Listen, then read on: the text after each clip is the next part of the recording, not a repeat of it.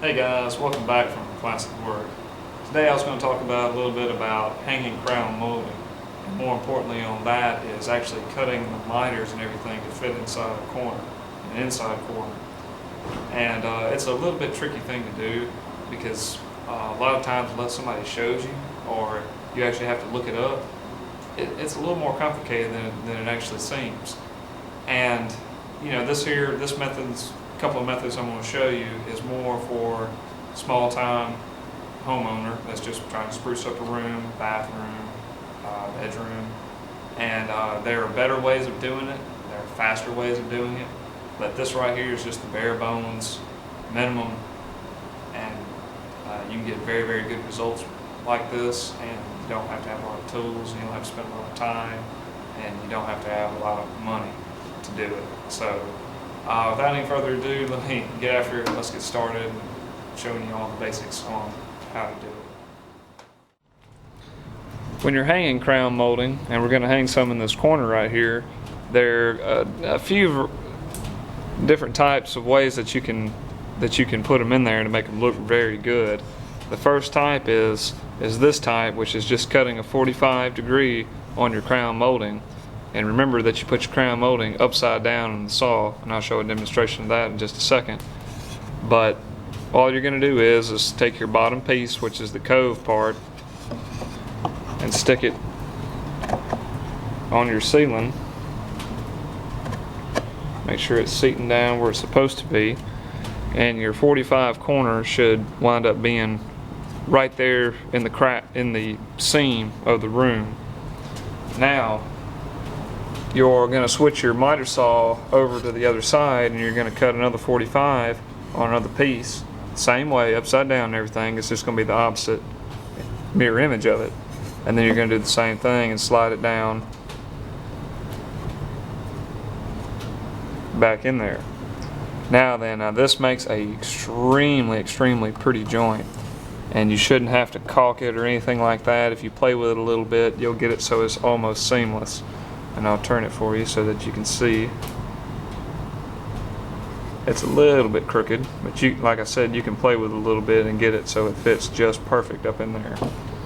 Now, this type of miter joint in a corner of a room is extremely hard to do because everything in the room almost has to be perfect. Meaning that if you take a square and lay it in that corner, all of that has to be perfect, and it has to be perfect this way too. All of it has to be as close to 90 degrees as it can be, and that's why that method is not very popular. You'll see it some out there, but most of the time you're going to see this method, and I'll show you what it looks like. First off, you're going to start by just square cutting the end on your crown molding. Next, you're just going to lay it down in there so it's a nice even run in there. Next, you need to figure out which way you're going to cut your miter.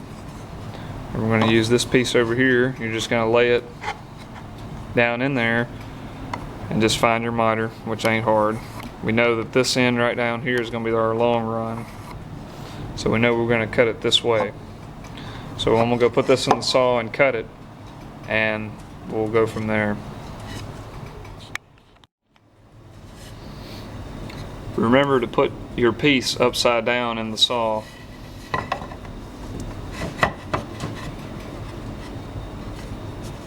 Make sure you get it nice and tight up against your fence, and then turn it 45 degrees to make the cut.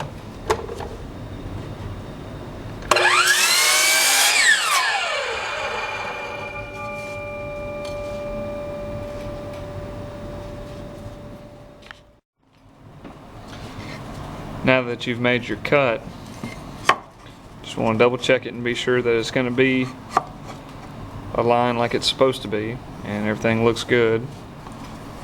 Now then, what we're going to do is we're going to cope this edge so it'll fit in there and it'll be almost seamless. So let's take a look at that and some of the techniques that you're going to need to know. Okay, on coping, it's not very difficult. You're going to use a coping saw, which if you're like me, you didn't know what this tool was really for a long time. I always used it for, you know, cutting pipe or something like that, but this here is what it was designed for. And what you're going to do is, what you're trying to do is you're going to have the saw at an angle when you cut, and you're wanting to back cut this line right here, the line that follows the curvature of the profile. And I know that kind of doesn't make sense, but as I do it, it'll make sense. So when you use this saw, use it one-handed. Don't use two hands on it. I know some people talk about that, but use one hand. So, because you'll have a lot more control with it if you do that. So we're going to start our cut down here. If I can get it started. And just follow that line as close as you can.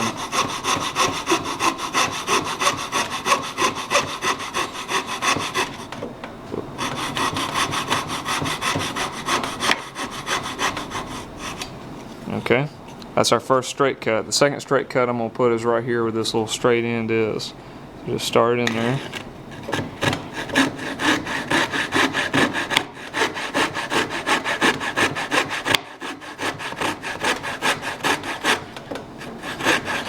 I'll have to get another clamp, looks like.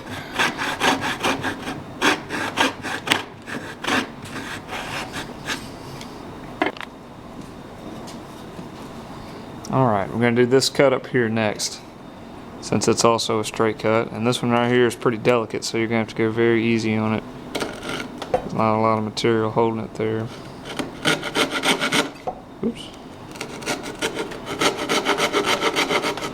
Okay, now we got this curve cut right here. We got to make it around that bend.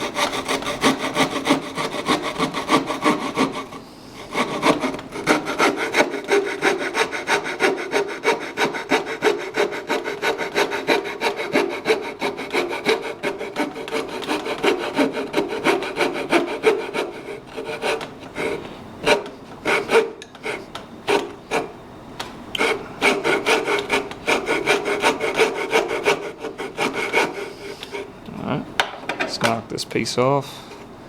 There we've got our first little profile. Now we got to cut this big long run right here. So we'll just go in our same kerf that we cut the other one with. Actually, that's not going to work. How about let's go this way.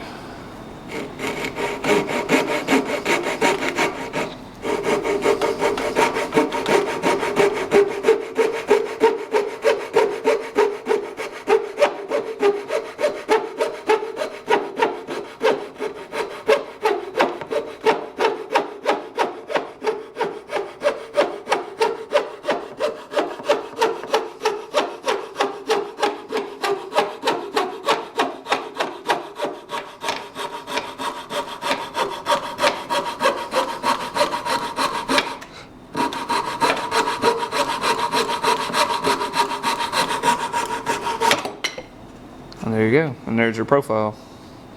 Now sometimes you'll have a spot that's got a little more material on it. Maybe you slipped a little bit with your saw or out of practice or something like that, and you can go back in there with a rasp and clean some of that out. So let's take a look at it and see how well it fits. Alright, let's see how this fits. And make sure our one piece up here is good and tight and where it's supposed to be. Now we'll take our coped edge,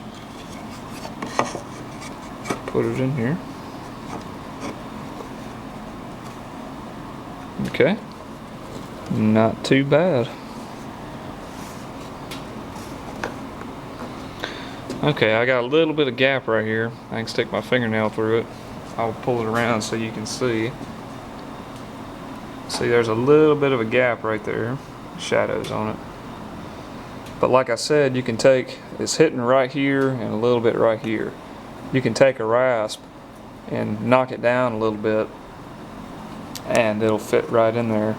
Once again, with this kind of joint, you do have to play with it a little bit in order to get it to fit just right, and it's moving on me now. But that's not a bad fit at all. Stain finishes of trim like this are very difficult to do, because if you do mess up, you're gonna have to cut a new piece just about. There's no way that you can really try to patch on it.